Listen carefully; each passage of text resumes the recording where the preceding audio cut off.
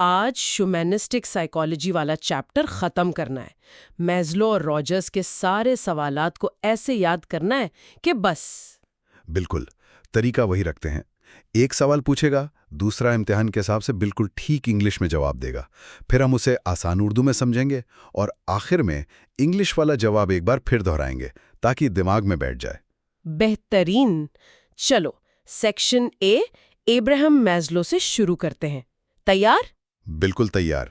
पहला सवाल दागो। ठीक है। पहला सवाल, define humanistic psychology and it's view on human nature. Humanistic psychology एक perspective that emphasizes the study of the whole person, looking at human behavior not only through the eyes of the observer, but through the eyes of the person doing the behaving. It is considered the third force in psychology, reacting against both psychoanalysis and behaviorism. It stresses that human beings are inherently good, have free will, and possess an innate drive towards self-actualization. अच्छा, इसका मतलब ये है कि humanistic psychology इंसानों के मुस्बत पहलुओं पर जोर देती है, मतलब हमारी आज़ाद मर्जी और खुद को बेहतर बनाने की सलाहियत। अच्छा, इसे साइकोलॉजी की तीसरी ताकत भी कहते हैं। हाँ बिल्कुल, ये फ्रॉइड और बिहेवियरिज्म के नज़रियात के बाद आई। ये नज़रिया कहता है कि इंसान अपनी मर्जी से फैसले करता है, ना कि लाशौरी ख्वाहिशात या माहौल की वजह से। तो ये मानता है कि इंसान फितरी तौर पर अच्छा है? जी, ये मानता है कि इंसान फितरी तौर पर अच्छा है और कोई भी मनफी रवैया मुआशरे की वजह से पैदा होता है, ना कि इंसान की अपनी खराबी की वजह से। अहम अल्फाज याद रखना: third force, free choices, personal growth, self determination और इनहेरेंटली गुड। बहुत अच्छा।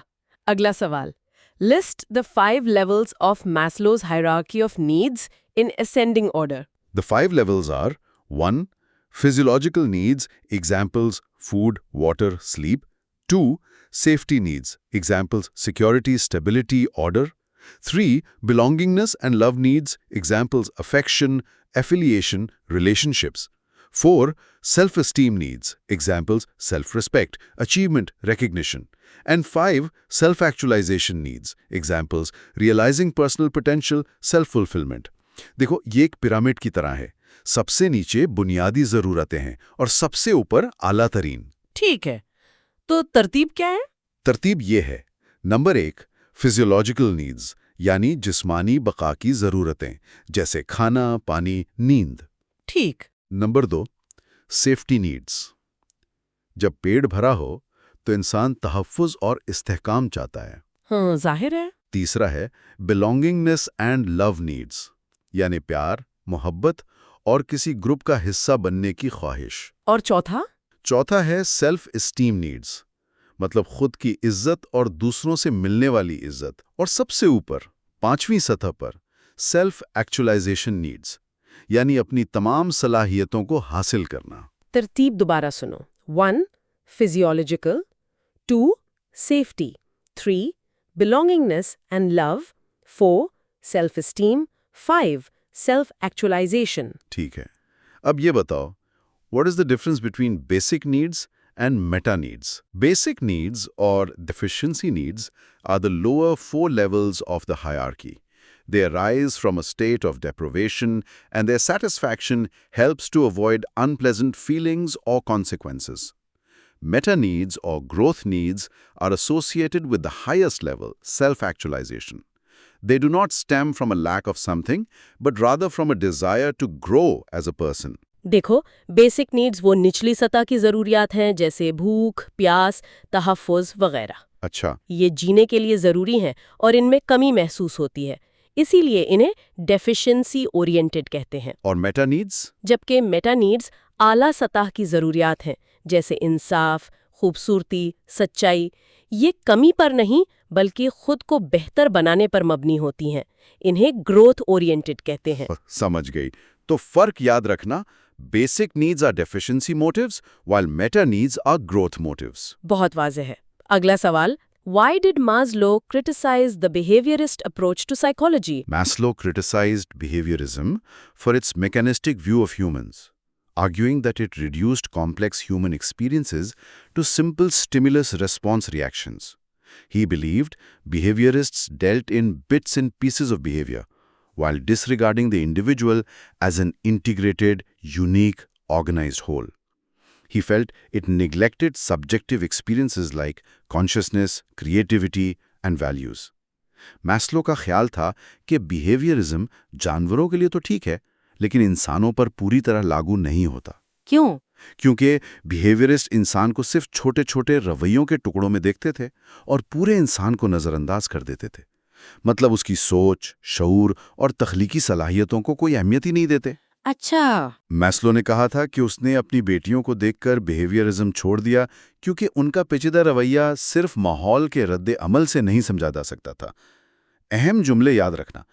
Behaviourist dealt in bits and pieces of behaviour while disregarding the individual as an integrated, unique, organized whole. ठीक है। Define self-actualization according to Maslow. Self-actualization is the highest level of psychological development, where an individual reaches their fullest potential. Maslow described it as the desire to become everything that one is capable of becoming, and to make actual what one is potentially. It is a continuous process of growth rather than a final state. ये hierarchy की सबसे ऊंची सतह है। इसका मतलब है वो सब कुछ बनने की ख्वाहिश जो एक शख्स बनने की सलाहियत रखता है। यानी अपनी सलाहियतों का भरपूर इस्तेमाल करना। बिल्कुल। जैसे एक मौसीकार के लिए मौसीकी बनाना या एक मुसव्विर के लिए पेंटिंग करना ज़रूरी है ताकि उसे सुकून मिले। और ये कोई मंजिल नहीं बल्कि एक मुसलसल अमल है। तारीफ दोबारा सुनो। The desire to become everything that one is capable of becoming. And to make actual what one is potentially. समझ गई। अब बताओ, what are peak experiences? Peak experiences are profound moments of love, understanding, happiness, or rapture, during which a person feels more whole, alive, self-sufficient, and yet a part of the world. Maslow described them as moments of intense excitement, ecstasy, insight, and fusion with nature. They are common among self-actualizers. ये इंतहाई खुशी, वज्द और बसीरत के लम्हात होते हैं। अच्छा। हाँ, जहाँ इंसान खुद को फितरत के साथ जुड़ा हुआ महसूस करता है। उन लम्हों में इंसान अपना होशो हवास खोकर कायनात से एक हो जाता है। और ये जरूरी है? बहुत। ये तजुर्बात खुद को समझने और सेल्फ एक्चुअलाइजेशन की तरफ बढ़ने में मदद करते हैं। याद रखो, ये moments of intense excitement, ecstasy, insight और फ्यूजन विद नेचर हैं। अगला सवाल। Why does Maslow believe only a few people reach the level of self-actualization? Maslow suggested that less than 1% of the population achieves self-actualization due to three primary reasons. 1. People are often blind to their potential and unaware of their own capabilities. 2. They fear their abilities, a phenomenon he called the Jonah complex. 3.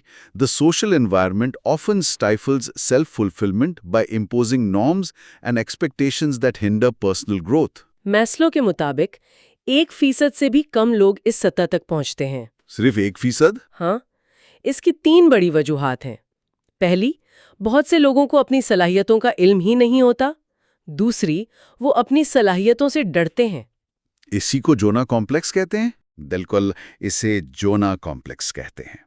और तीसरी वजह यह है कि माशरा और माहौल अक्सर ऐसी रुकावटें खड़ी करते हैं कि लोग निचली ज़रूरतों में ही फंसे रहते हैं। अच्छा, अब फर्क बताओ। Differentiate between physiological needs and safety needs. Physiological needs are the most prepotent and relate to immediate bodily sustenance such as food, water, and air. They are essential for survival. Safety needs emerge after physiological needs are met and are concerned with long-term survival, seeking order, stability, predictability, and protection from harm. बहुत आसान है। Physiological needs फौरी जिस्मानी बका के लिए हैं, जैसे खाना और पानी। ये सबसे ताकतवर हैं। और safety needs? सेफ्टी नीड्स तवील मुद्दती तहफ़्फ़ुज़ और इस्तेहकाम के लिए हैं, जैसे माहौल में तरतीब और प्रेडिक्टेबिलिटी। तो पहले जिस्मानी ज़रूरतें पूरी होती हैं, फिर तहफ़्फ़ुज़ की बारी आती है। बिल्कुल। Physiological needs are for immediate bodily sustenance, while safety needs are for ongoing protection and order. Jonah complex या खौफ़े कामयाबी। The Yona complex is the fear of one's own greatness or potential success. It is an evasion of one's destiny and a reluctance to make full use of one's abilities. People fear that achieving their full potential will bring new responsibilities and challenges they are not ready to handle. The name is derived from the biblical story of Jonah, who fled from his divine mission.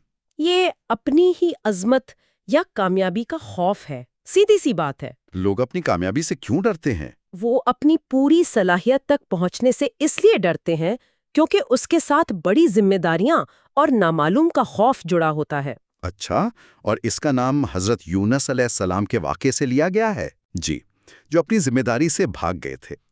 तो सीधी सी बात, it's the fear of one's own greatness और potential success. ठीक है, आखिरी छोटा सवाल, how does Maslow view the creative potential of humans? Maslow believed that creativity is not limited to artists or scientists, but is a universal human characteristic, inherent in all individuals. He saw it as a universal human function leading to all forms of self-expression. For Maslow, creative potential is a natural outcome of self-actualization, and it can be expressed in everyday activities.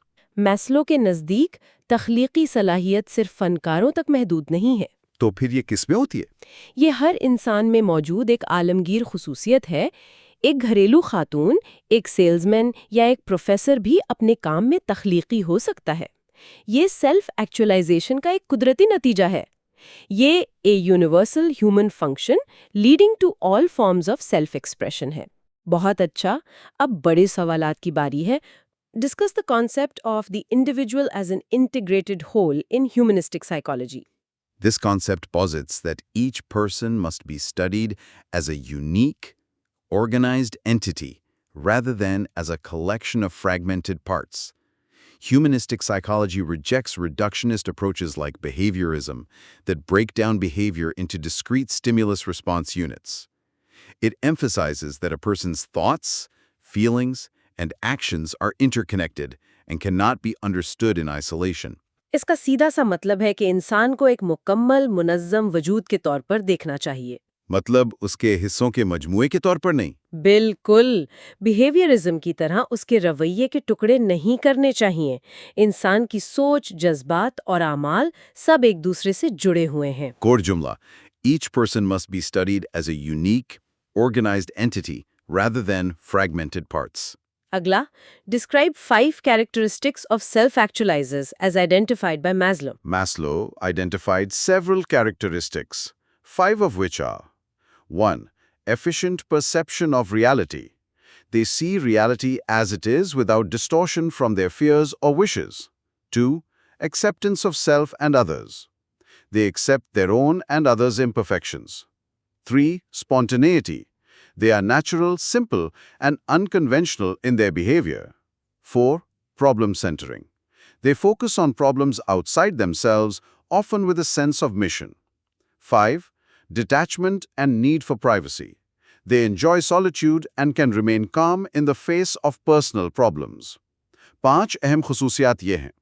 पहली, efficient perception of reality.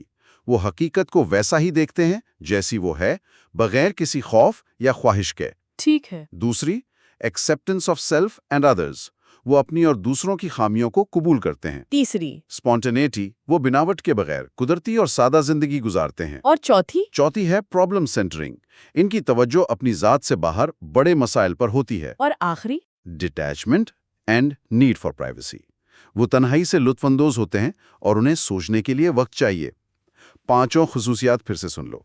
Efficient perception of reality, acceptance of self and others, spontaneity, problem centering, detachment, and need for privacy.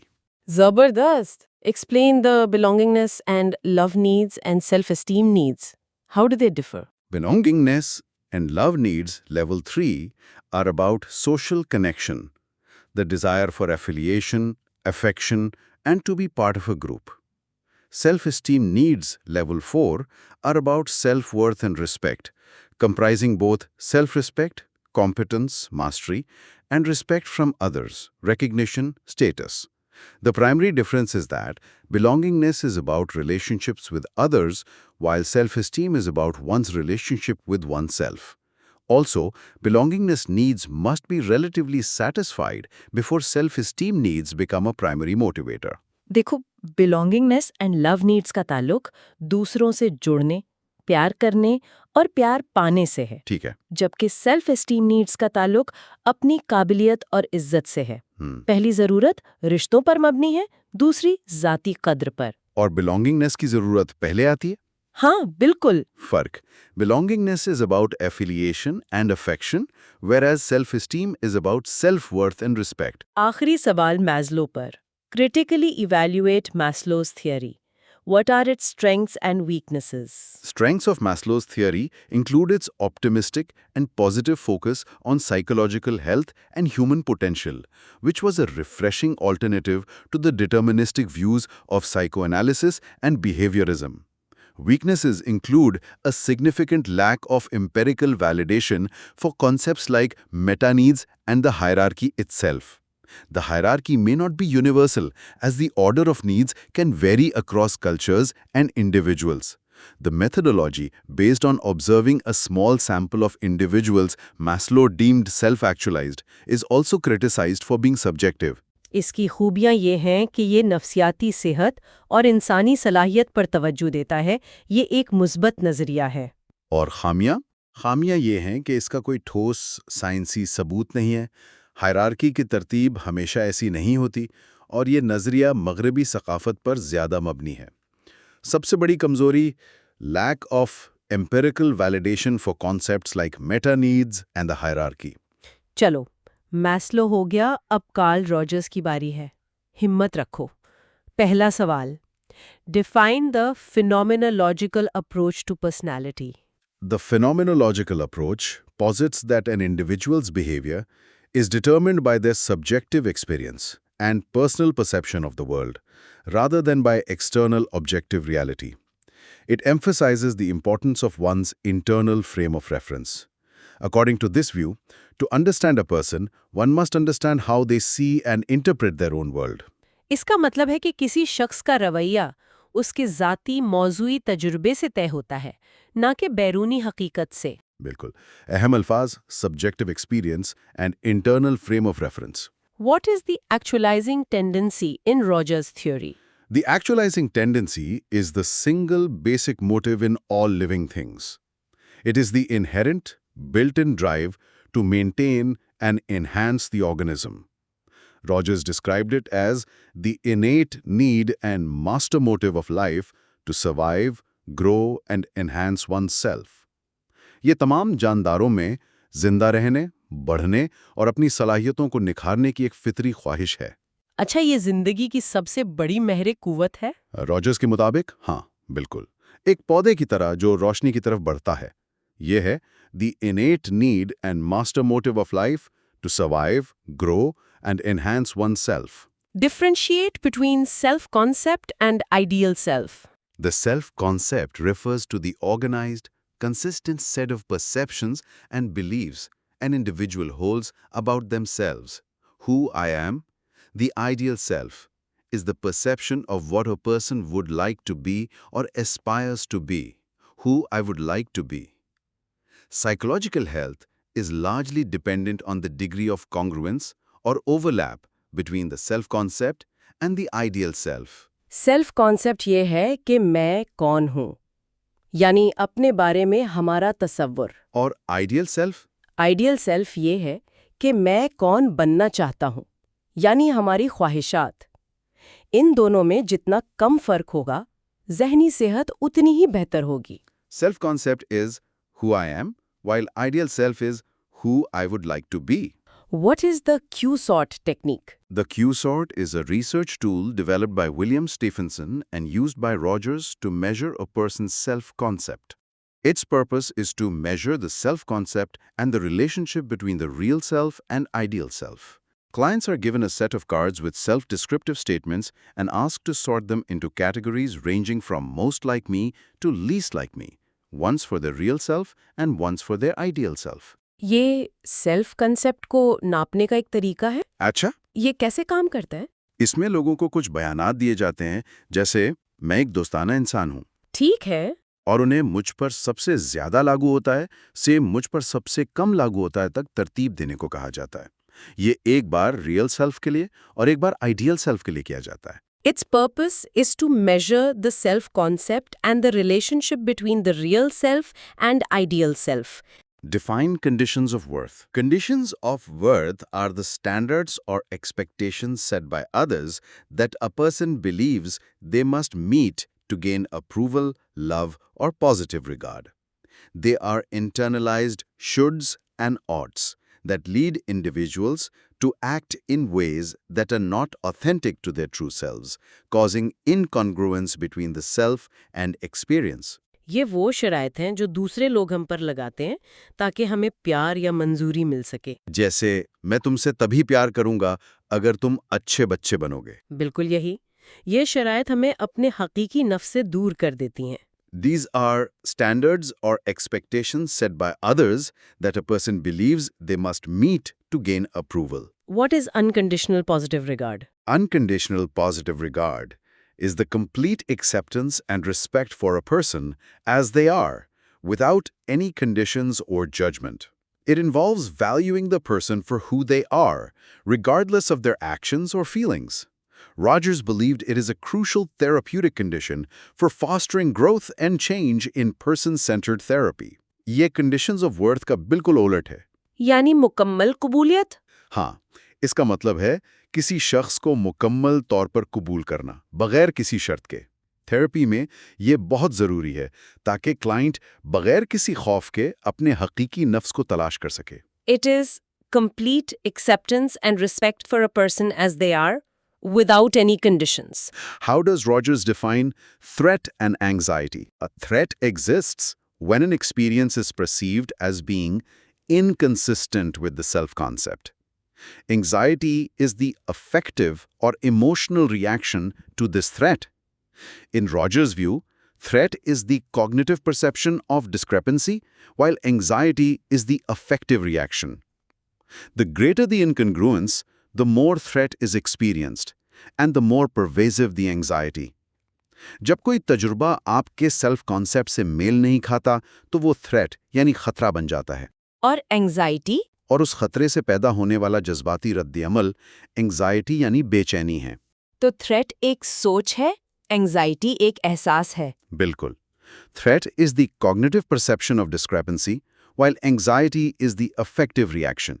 What is the goal of person-centered therapy? अच्छा, primary goal of person-centered therapy is not to solve problems, but to assist clients in their growth process so they can better cope with current and future problems. The goal is to re-establish a harmonious relationship between the self-concept and the total organism by reducing incongruence. This is achieved by creating a therapeutic climate of congruence, unconditional positive regard, and empathy. इस therapy का मकसद self concept और तजर्बे के दरमियान हमांगी पैदा करना है, जिसे कॉन्ग्रुएंस कहते हैं। अच्छा, तो थेरेपिस्ट का क्या किरदार है? थेरेपिस्ट सिर्फ एक ऐसा माहौल फराहम करता है जिसमें क्लाइंट खुद अपनी नशोनुमा कर सके। The goal is to re-establish a harmonious relationship between the self-concept and the total organism. What analogy did Rogers use to describe psychotherapy? Rogers used the analogy of gardening. The therapist acts as a facilitator, like a gardener, who does not grow the plant, but provides the effective conditions for growth, such as fertile soil, water, and sunlight. Similarly, the therapist provides the core conditions, empathy, congruence, unconditional positive regard that allow the client's innate actualizing tendency to flourish. Rogers ने therapy को gardening यानी बागबानी से तशबीह दी। अच्छा, माली वाली मिसाल। हाँ, therapist एक माली की तरह है जो पौधे को बढ़ाता नहीं बल्कि उसके बढ़ने के लिए सही हालात मतलब मिट्टी, पानी, धूप फराहम करता है।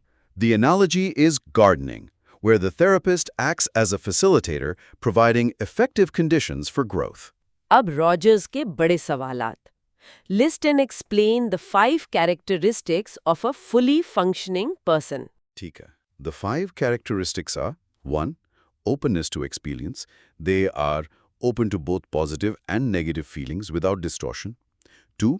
Experiential living. they live fully in the present moment. 3. Organismic trusting. They trust their own feelings and instincts to make the right choices. 4.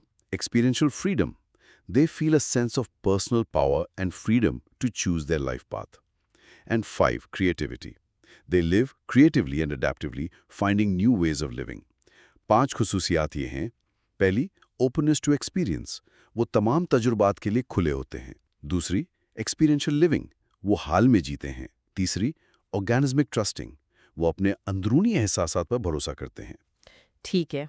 चौथी, एक्सपीरियंशियल फ्रीडम। वो अपनी जिंदगी के फैसले करने में आज़ाद महसूस करते हैं। और 5वीं, क्रिएटिविटी। वो एक तख्लीकी और लचकदार जिंदगी गुजारते हैं। एक बार फिर, openness to experience, experiential living, organismic trusting, experiential freedom, creativity. Explain the process of defense in Rogers' theory. How do perceptual distortion and denial work? Defense is a process used to protect the self-concept from threatening experiences that are incongruent with it. The two main defenses are: 1. Perceptual distortion. This involves misinterpreting or altering an experience to make it fit the self-concept. For example, interpreting criticism as jealousy. 2. Denial. This involves refusing to allow the threatening experience to enter conscious awareness at all. जब कोई तजर्बा हमारे self concept के लिए खतरा बनता है तो हम डिफाई तरीके इस्तेमाल करते हैं। कौन से? परसेप्चुअल डिस्टॉर्शन में हम तजर्बे का मतलब बदल देते हैं, जैसे तनकीद को हसद समझना। और दूसरा? डिनायल में हम उस तजुर्बे को अपने शूर में आने ही नहीं देते। 2 तरीके। Perceptual distortion alters the experience, while denial blocks the experience from awareness. Discuss the conditions Rogers believes are necessary for successful therapy. Rogers outlined 6 necessary and sufficient conditions for therapeutic change, but 3 are key therapist-provided conditions. 1. Congruence. The therapist is genuine, real, and transparent with the client. 2.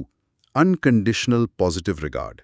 The therapist offers complete acceptance and non-judgmental care. 3. Empathetic understanding. The therapist accurately senses and reflects the client's feelings and personal meanings.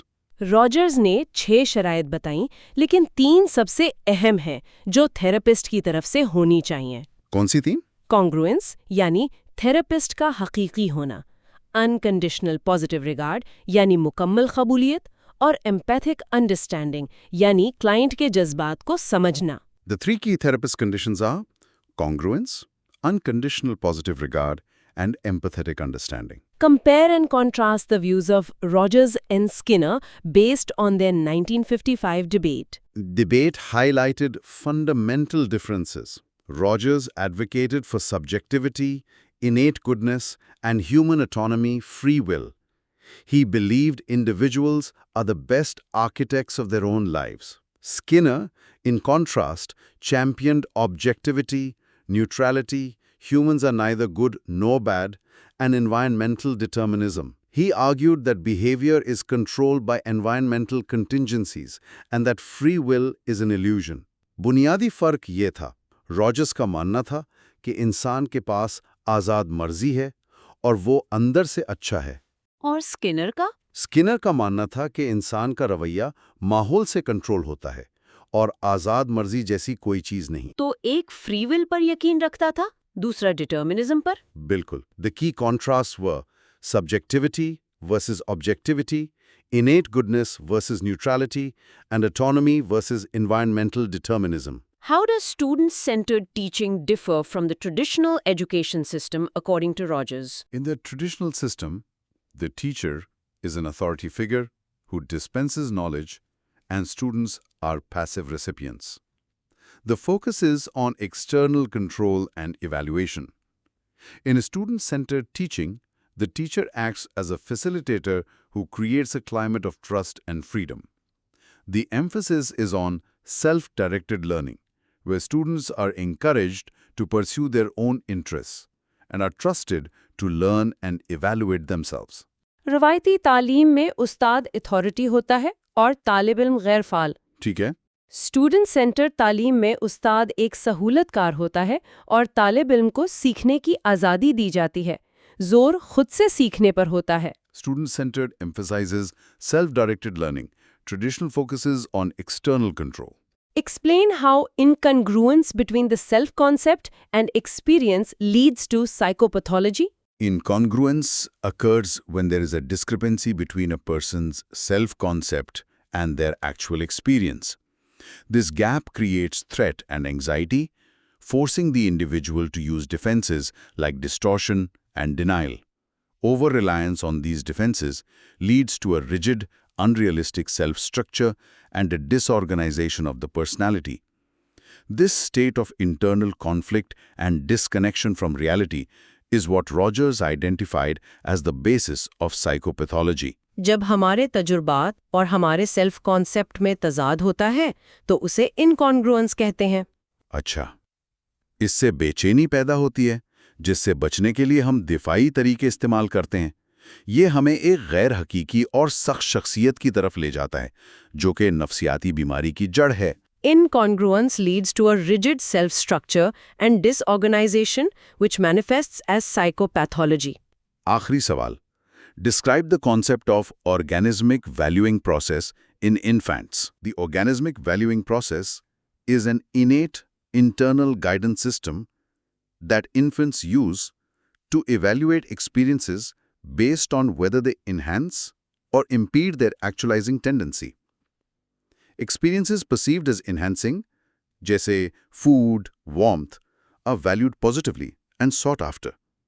Experiences perceived as hindering, जैसे hunger, pain, are valued negatively and avoided.